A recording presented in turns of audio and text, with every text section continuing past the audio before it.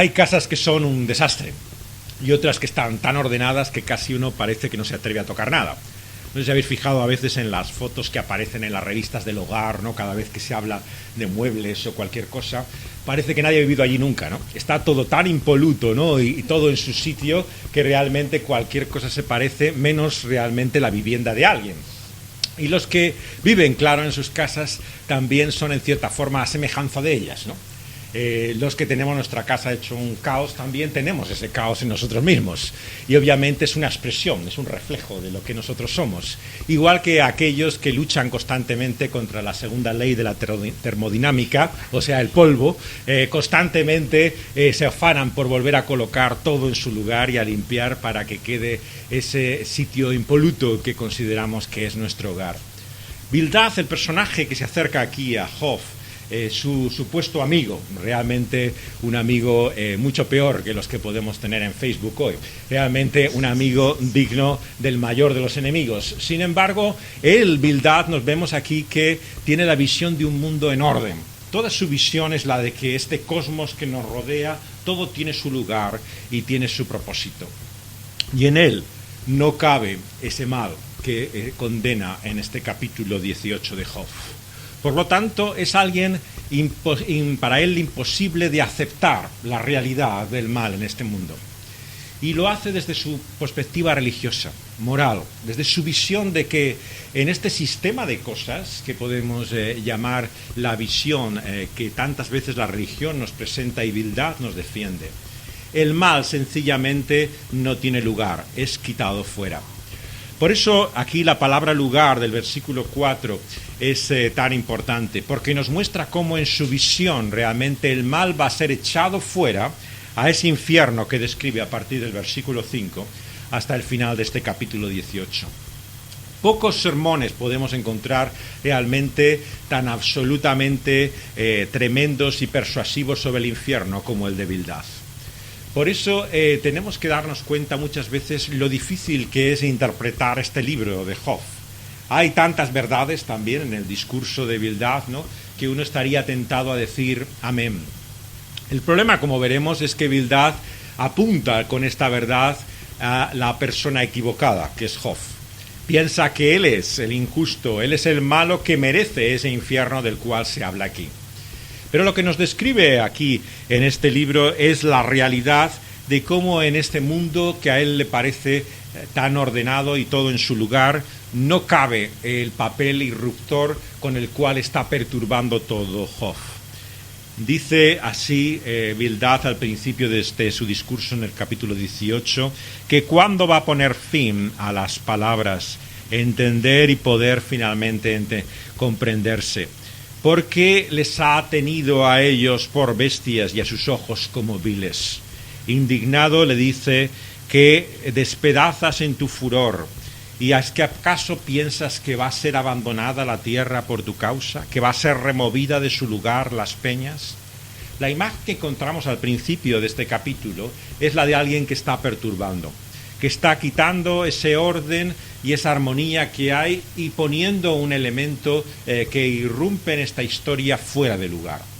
Y por lo tanto le resulta tremendamente no solamente incómodo, sino que indigna a Bildad hasta el punto de perder totalmente el control cuando habla sobre él.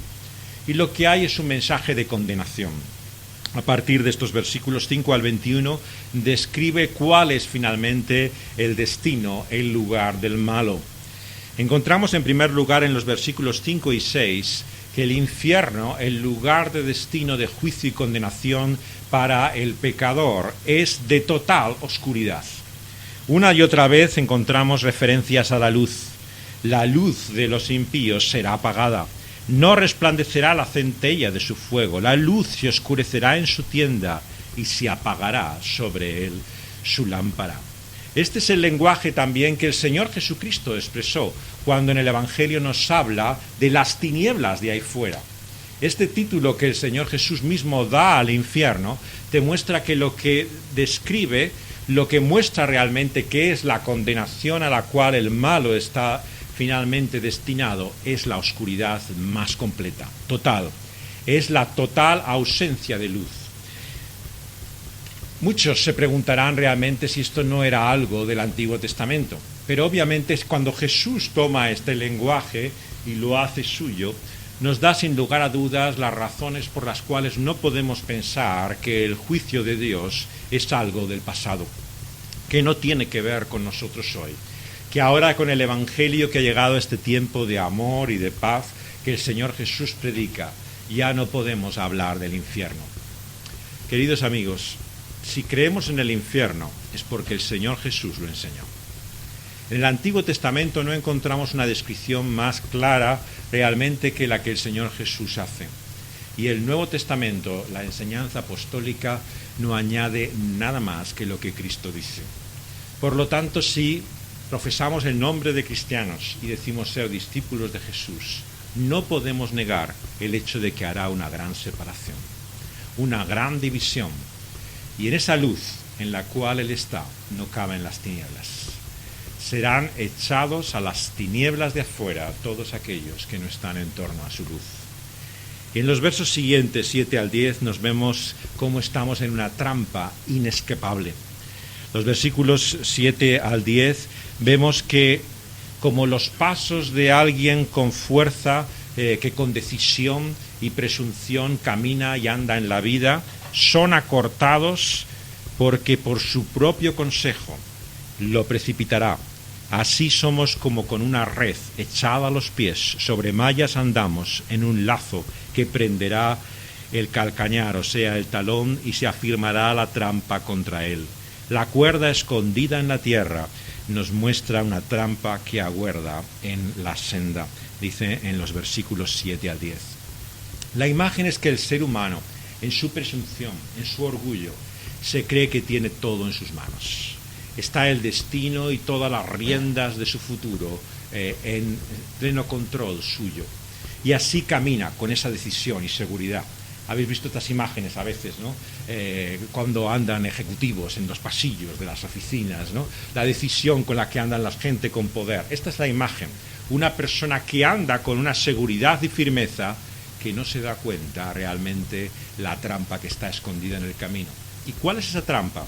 Fijaos bien que nos dice aquí, en este versículo, que esa trampa por la cual él caerá es su propio consejo. Versículo 7. O sea, por sus propias artimañas, por sus propias tretas, el malo se hundirá. En esto es en lo que la maldad en la ficción fracasa. No sé si sois aficionados a algunas de las series que hay ahora muy conocidas, ¿no? Pero en casi todas ellas vemos personajes muy villanos, muy malos, a diferencia de la antigua televisión que siempre presentaba un mundo muy claramente distinguido entre buenos y malos. Ahora gran parte de las historias nos tratan personajes terribles, ¿no? De una maldad asombrosa. Pero hay algo en lo que fallan todas estas historias, que no se dan cuenta que la maldad no es perfecta. El gran problema del malo es que es necio, y por eso mismo, por su propia torpeza, acaba fracasando. Y es por eso que una y otra vez el injusto, el malo, una y otra vez se ve atrapado por sus propias artimañas. Sus propias tretas hacen que él se hunda. Es por eso que la maldad es maldad también acompañada de una profunda necedad. El hombre injusto no solamente se muestra violento y cruel, opresor, abusivo y explotador, sino que es un estúpido. Y lo que hace son tonterías. Y por eso muchas veces, a pesar de su pretendida inteligencia, se atrapa él mismo por medio de sus errores. Y esto es lo que aquí encontramos en el cuadro que nos da Bildad.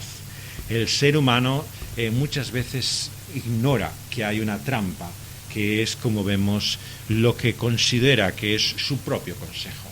La inteligencia de la que él se ufana, lo que él piensa que es su enorme astucia, finalmente le atrapará. A continuación, en los versículos 11 y 14, encontramos que lo que le espera es tremendo terror, insaciable terror.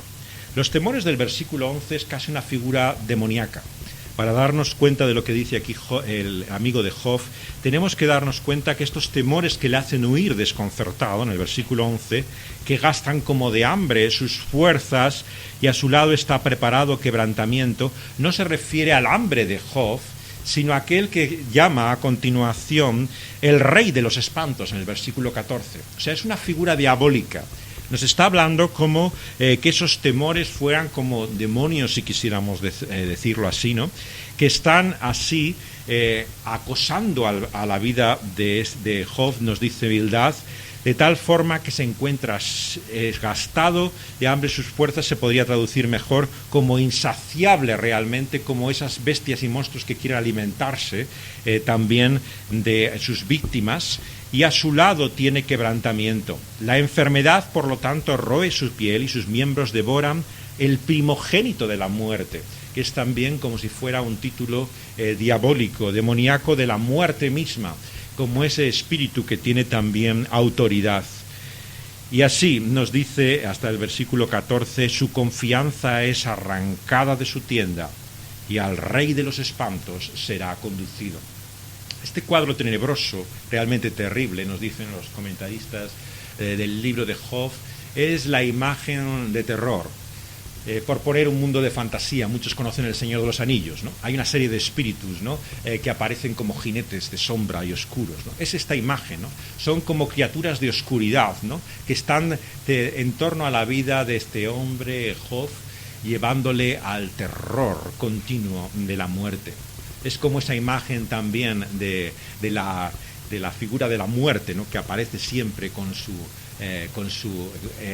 cadaña dispuesta para cortar la vida de los hombres, ¿no? Que aparecen muchas historias de terror. Esa es la imagen que aquí nos da. El destino del malo está en las manos del maligno, nos está aquí diciendo. Está realmente, vemos preparado para él caer en sus garras. Y a continuación, en los versículos 15 y 16, encontramos un cuadro mucho más conocido del infierno, el fuego devorador, del verso 15 y 16. Vemos que lo que le espera así, cuando se encuentre en su tienda como si no fuera suya, vemos que se ve preso de las llamas. La piedra de azufre nos recuerda la imagen desde Sodoma y Gomorra, del fuego que cae del cielo, ¿no? Y cómo azufre, ¿no? Expande el efecto devorador que tiene, porque seca como las raíces, de arriba son cortadas las ramas, de tal forma que ya no queda nada. Es un fuego que todo lo destruye. Esta es la imagen, sin lugar a dudas, que más aparece en el Nuevo Testamento. Una y otra vez se describe el infierno en términos de fuego, la realidad de un fuego devorador que acaba y arrasa con todo. La idea que aparece en otro de los textos de Job anteriores, ¿no? Es que si bien una planta puede ser cortada, luego puede nacer de nuevo. Pero cuando esa planta es arrasada por el fuego, ¿no? Ya no hay esperanza. Esta es la imagen que encontramos aquí. En los versos que vienen a continuación, 17 al 20, lo que vemos es que lo que se enfrenta es esta terrible separación y al olvido. Su memoria perecerá de la tierra y no tendrá nombre por las calles. De la luz será lanzada a las tinieblas y echada fuera del mundo. No habrá hijo ni nieto en su pueblo, ni quien le suceda en sus moradas. Sobre su día se espantarán los de occidente, y pavor caerá sobre los de oriente. Lo que nos está diciendo aquí Bildad es que del malo no quedará memoria. Quien hoy está en las primeras páginas de los periódicos se perderá en las notas a pie de página de los libros de historia, y un día ya ni siquiera se acordarán de él. Será tan insignificante su nombre que quedará literalmente perdido en la historia. Ese es el destino del injusto y del malo. Dios raerá su memoria de la faz de la tierra. No quedarán recuerdos, fotos, cosas que nos inspiren la memoria. No habrá descendientes de él, ¿no? Que lleven su nombre, sino que será literalmente cortado de la tierra de los vivientes, una expresión que aparece con frecuencia en el Antiguo Testamento. No tiene ya lugar en ese cielo nuevo y esa tierra nueva. Es como si el infierno fuera el no lugar. Este es uno de los grandes problemas muchas veces para entender el infierno. Nos dicen, bueno, si el Señor será todo en todos, si toda su creación va a ser conforme realmente a su justicia y Él va a llenar toda su presencia, ¿dónde está este lugar de condenación eternamente? No puede ser más que una destrucción final, el acabarlo. Pero esta es la paradoja, digamos, la aparente contradicción de la condenación eterna. Es el lugar de los que no tienen lugar. Es como un agujero negro en el cual, digamos, se perdiera de todo su sentido de vida, ¿no? Aquellos que en su camino se han alejado de Dios. Y esto dice el versículo 21, que es la morada, el lugar al cual corresponde el impío. Será el lugar del que no conoce a Dios. A continuación encontramos, en segundo lugar, que frente a esta visión de vildad, de un mundo ordenado en el cual no entra, no cabe el mal, que no hay sitio para él, lo que encontramos es que Dios ha tratado a Job como un malvado y pecador. Y él mismo lo reconoce así y lo confiesa. Nos dice en estos primeros 20 versículos cómo Job también reconoce que no solamente ellos han angustiado su alma con palabras, le han literalmente molido. Una y otra vez está el reproche de Job, del dolor que han traído con las palabras sus amigos, que le han vituperado 10 veces, que no se avergüenzan de injuriarle. Aun siendo verdad que yo haya errado, aunque yo haya hecho mal, sobre mí recaería ese error, pero vosotros lo habéis agravado, engrandecido contra mí. Contra mí alegáis mi oprobio. Comienza diciendo en su discurso nuevamente Job el hecho de que el mal que está ahí y el destino al que le corresponde no excusa a aquellos que hablan así con su crueldad, siendo totalmente carentes de toda misericordia y compasión. ¿No es este el problema de muchos creyentes? Cuando leemos lo que dicen acerca del juicio de Dios, de la condenación de Él sobre el malo, de cómo Dios habla en su palabra contra la realidad del pecado. ¿Cómo utilizan muchas veces los cristianos estas palabras? Tristemente como un arma de combate. La dirigen contra aquellos, digamos, que son objeto de esta forma de su condena y de su juicio. Y por eso decimos que es verdad lo que dicen, pero lo utilizan mal. O sea, hay muchas veces en el mensaje de juicio del cristianismo una profunda verdad, pero el uso que se hace de él es un uso equivocado. Lo que viene a continuación es la confesión y reconocimiento de Job mismo, de que aunque él no tiene conciencia de haber pecado, particularmente de merecer este juicio, sin embargo, Dios le trata como un pecador. Y de esto no hay duda. Dice, sabed ahora que Dios me ha derribado, que me han vuelto en su red. La imagen que tenemos es que realmente ha sido atacado por Dios, atrapado por Él mismo. Y aunque clama agravio, como aquel que le atracan o le roban en medio de la calle y pide socorro y ayuda, se dan cuenta que Dios mismo es quien le ha atacado, que Dios mismo es quien le ha robado. Y cuando clama, no hay nadie que venga a su ayuda. Da voces y no hay juicio, no hay justicia. Está cercado de vallado su camino y en sus veredas se ha puesto tinieblas. Está como sitiado, como una ciudad rodeada. Y así como el rey de esa ciudad ha sido despojado de gloria y quitado su corona, se ve arruinado por todos los lados y a punto de perecer. Su esperanza ha sido cortada como árbol arrancado y así ha hecho arder contra él su furor y contado para sí entre sus enemigos. Sus ejércitos aún se han atrincherado y acampado en derredor de su tienda. La imagen es de un ataque como un acoso en el cual se ve rodeado, pero ¿quién es el que está allí siendo objeto de toda esa operación militar? Un pobre hombre, en esa tienda con su fragilidad. Es como si fuéramos de camping un día y al levantarnos de mañana aparece tu cabeza saliendo de la tienda y te ves rodeado ante el más increíble ejército. Todo el armamento sofisticado totalmente en torno a esa tu insignificante tienda. ¿Y quién eres tú para merecer semejante ataque en contra tuya? Así es como se siente Job. La pregunta que uno se hace, claro, una y otra vez es ¿por qué? ¿Por qué? Y es ciertamente lo que hace tan difícil para los creyentes como para los no creyentes la vida. ¿Por qué hace esto Dios? Se cuenta de un joven americano de Nueva York que quería ir de misionero a Ecuador. Era su sueño el poder ir allá, ¿no? Finalmente consiguió los medios y se marchaba de viaje en el avión y se acordó que no había dado un último mensaje de despedida a su madre. Compró una revista y no había más que un anuncio con estas palabras en grande. ¿Por qué? Y detrás del anuncio simplemente garabateó sus palabras de despedida a su madre. Lo metió en un sobre y lo echó en el buzón del aeropuerto. El avión en el que volaba se derribó en Colombia y murió él y todos sus sueños. Y su madre, días después, recibía este mensaje con este anuncio y esta gran pregunta. ¿Por qué?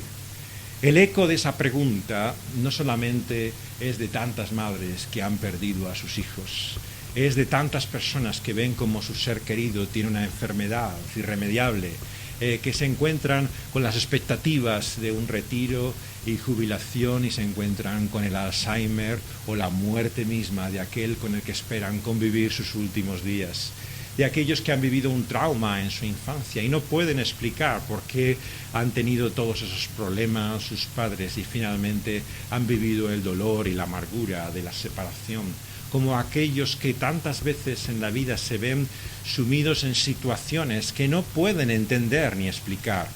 El por qué no es algo solo propio del no creyente. El cristiano una y otra vez clama por qué.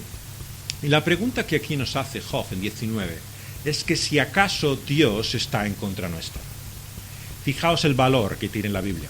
Lo muestra hasta qué punto la Escritura es realmente no un mero testimonio humano para defender una religión, intentar justificar a un Dios. ¿Qué libro sagrado haría esta pregunta?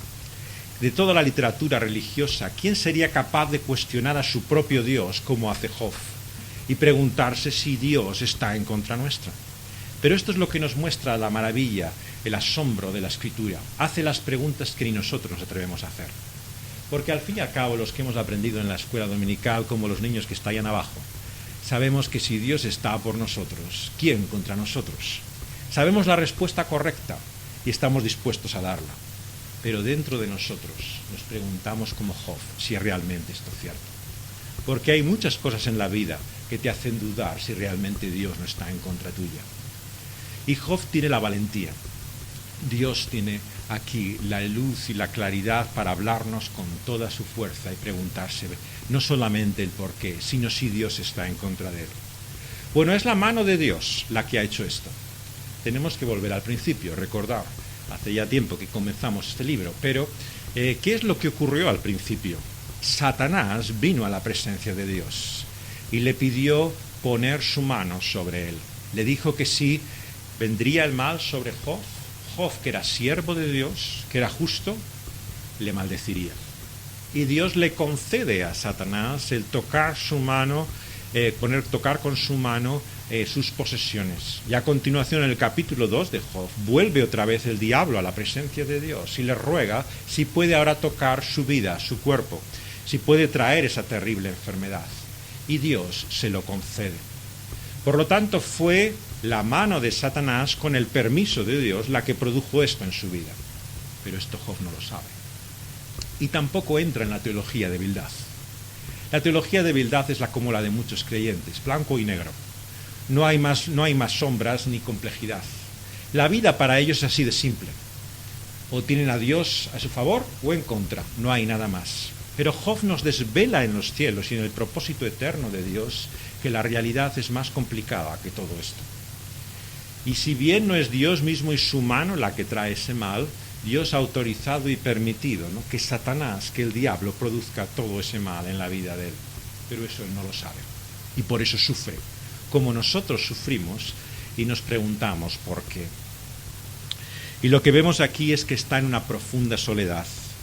Alejado de sus hermanos y conocidos, sus parientes se detienen y sus conocidos se olvidan de él. Los moradores de su casa y hasta sus criados le tienen como un extraño. Es forastero a sus ojos. Llama a su criado como el señor que tiene una mansión y ya no le hace caso. De su propia boca le suplica y ya no responde a sus llamados. Su propia mujer le da asco literalmente su aliento. No puede ni acercar su boca a ella.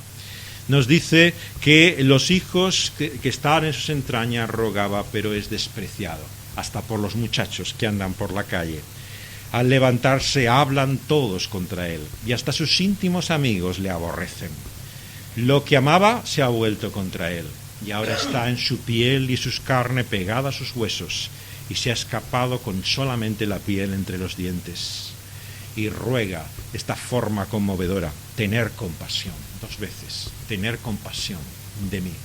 El cuadro patético, tremendo de Job es evidentemente la sombra de aquel que había de venir. Para poder entender este libro que es la Biblia, tenemos que entender que Dios tiene un propósito en mayúsculas, singular, único, que es revelarnos cómo Dios se va a enfrentar a ese problema, que es nuestro problema, en primera persona. Cómo Él va a asumir en la más completa soledad la vida que ninguno de nosotros hemos podido vivir.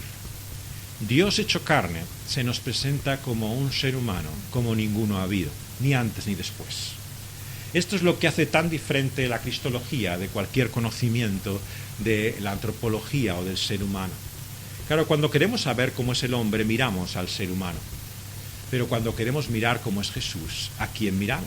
Solamente hay un Dios y hombre, no hay nadie más con quien compararle. Por lo tanto, no es extraño que durante siglos en la Iglesia se buscara una y otra vez el lenguaje, la forma de expresar la realidad de quién es Él. Pero Él se enfrenta a nuestras más mayores contradicciones. El cuadro de Jesús es el cuadro del hombre solo ante la eternidad. Realmente una y otra vez vemos que igual que no podemos identificarnos con Él en su gloria, tampoco podemos identificarnos con Él en la inmensidad del dolor y la tragedia que vive sobre sí mismo. Una y otra vez le vemos abocado a esa realidad última que es la cruz, enfrentado a los terrores ¿de quién? De Dios mismo. El mensaje del Evangelio, lo que Jesús mismo nos dice antes de dejar este mundo, es que Dios estaba en contra suya, que quien iba a llevar esa cruz y madero y ser crucificado en el Calvario era porque la ira y el juicio de Dios contra el pecado del hombre caía sobre él. Y es por eso que el Señor Jesucristo se ve solo, tan solo que en aquella oscuridad en la cual no había luz que alumbrara sobre el Calvario, clamó: Dios mío, ¿por qué me has desamparado?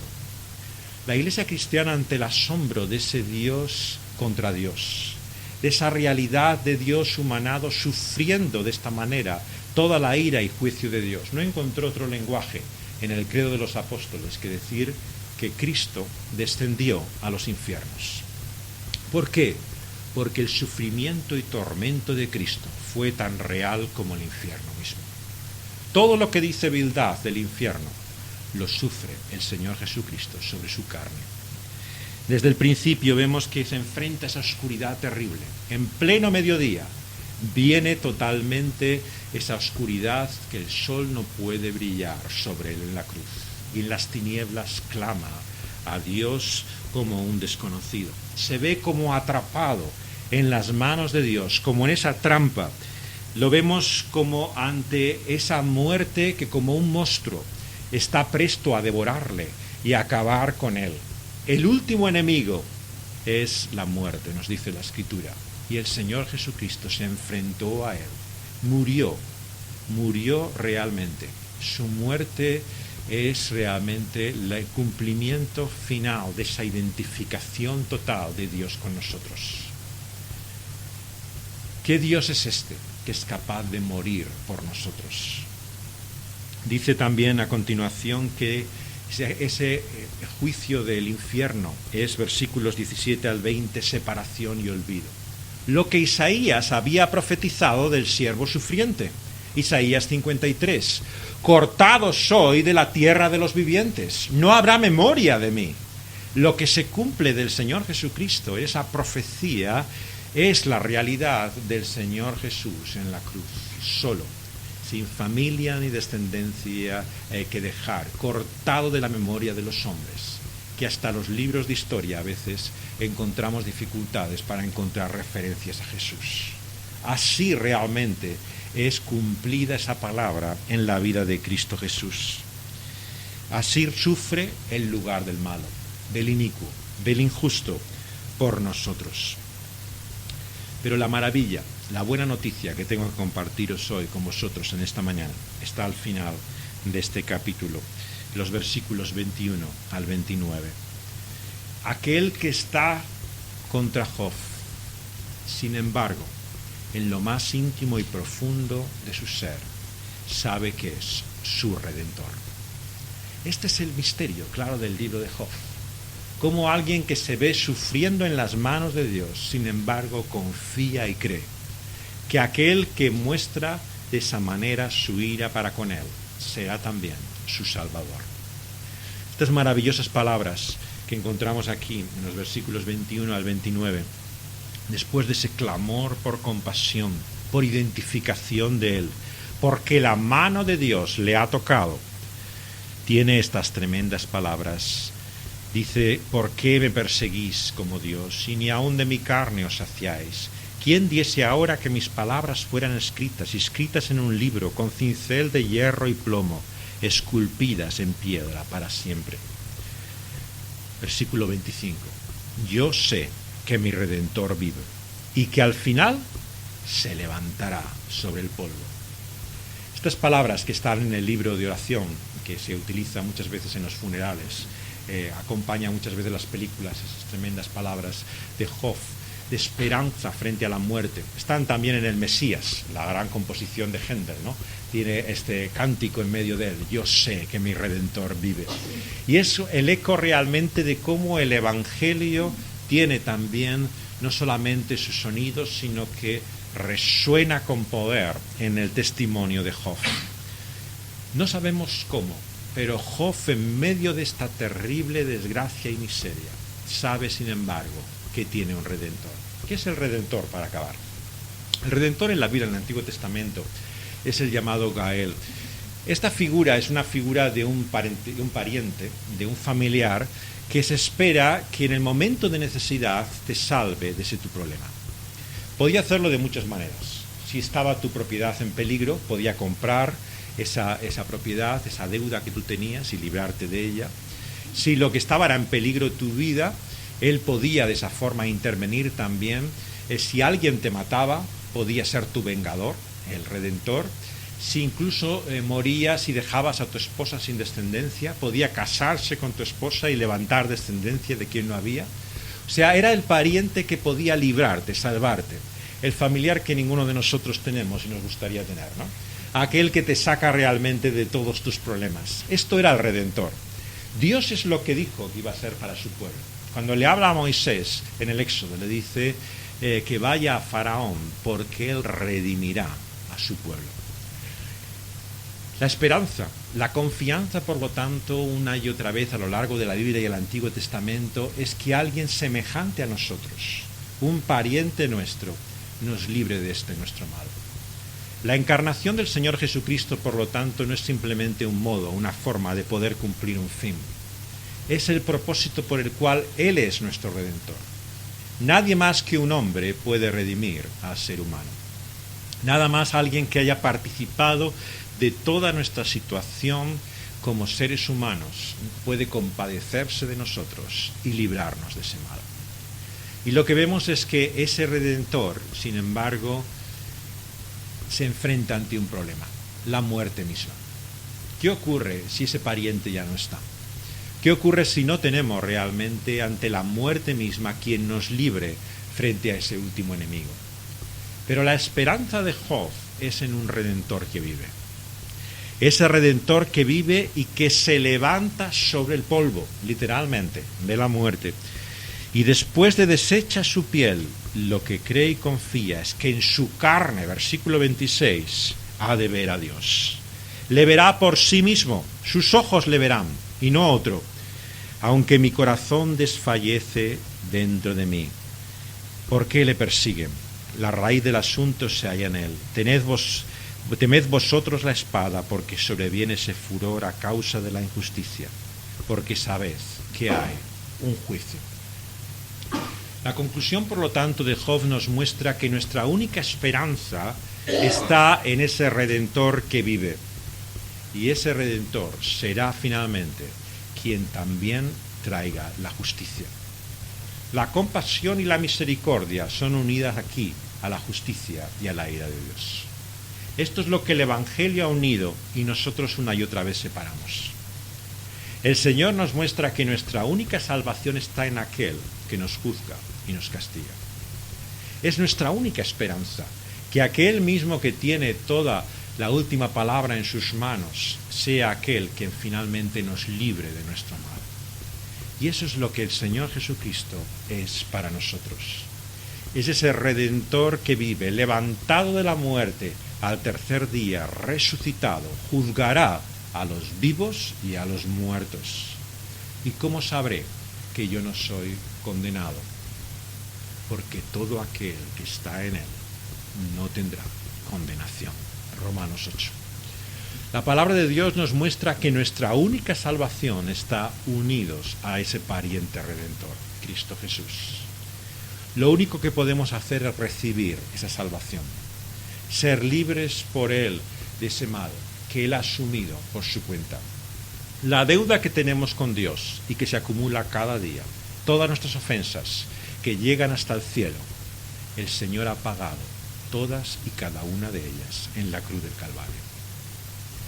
La realidad de esa vida nuestra, que nos lleva incluso a estar sumidos en la esclavitud misma del pecado, ya incapaces de controlar y dominar nuestra vida, totalmente presas, atrapados por la realidad de esa profunda perversión. El Señor Jesucristo es el único que nos libra del pecado. Es Él quien ha venido a liberar a los cautivos. Así lo proclamó, ungido de Dios para sacar a aquellos que estaban de la esclavitud. ¿Y quiénes son esclavos?, le decían a Jesús sus contemporáneos. Hijos de Abraham somos, nunca hemos sido esclavos de nadie. Quien hace pecado, esclavo es del pecado, dice Jesús. Pero Él ha venido a liberar a los cautivos del pecado. Él es aquel que ha venido, también nos muestra, para poder de esta forma dar un futuro, para que nuestro nombre no sea quitado de la faz de la tierra, para que no seamos nada. Es el único que da sentido y trascendencia a la persona. Toda religión, toda visión filosófica, finalmente nos lleva a la nada.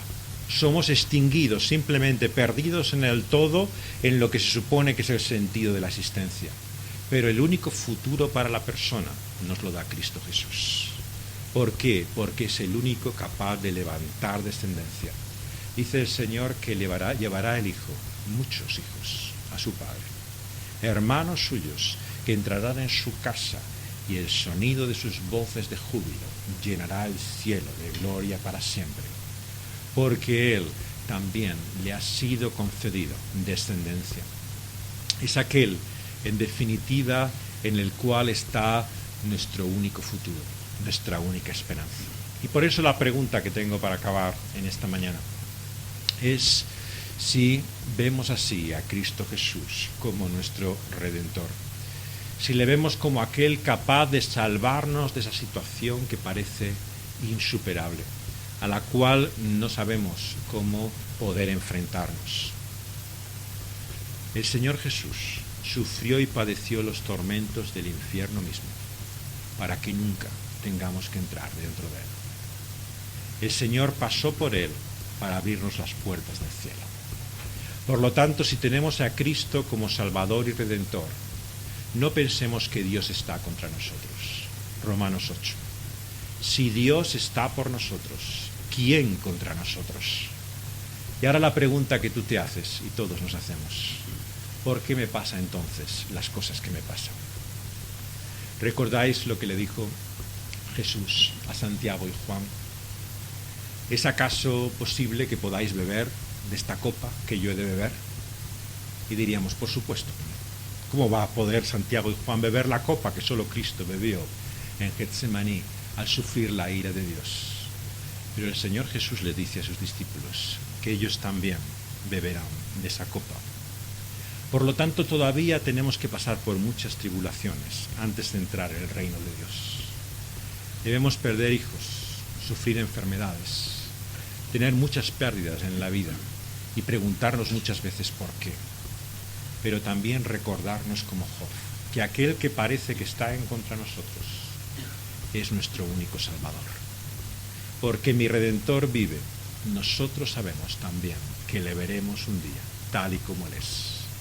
Y el día que veamos su rostro, descubriremos que Él no está contra nosotros. Su sonrisa iluminará todo nuestro futuro y eternidad, porque Dios está satisfecho. Está satisfecho con nosotros a causa de lo que su Hijo ha hecho. Él ha hecho propiciación por nuestros pecados y ya nada tiene en contra nuestra. Y por eso lo que veremos es su rostro de amor y de gracia. Y entonces descubriremos, entonces entenderemos y comprenderemos por qué el Señor permitió que Satanás y tantos otros males hicieran que padeciéramos en esta vida. Pero descubriremos que Él es todo en lo que podemos tener y el único en quien podemos confiar, aquel que nos ha amado de principio a fin y lo que busca es nuestro más profundo bien. Vamos a pedírselo así al Señor, vamos a rogárselo a Él.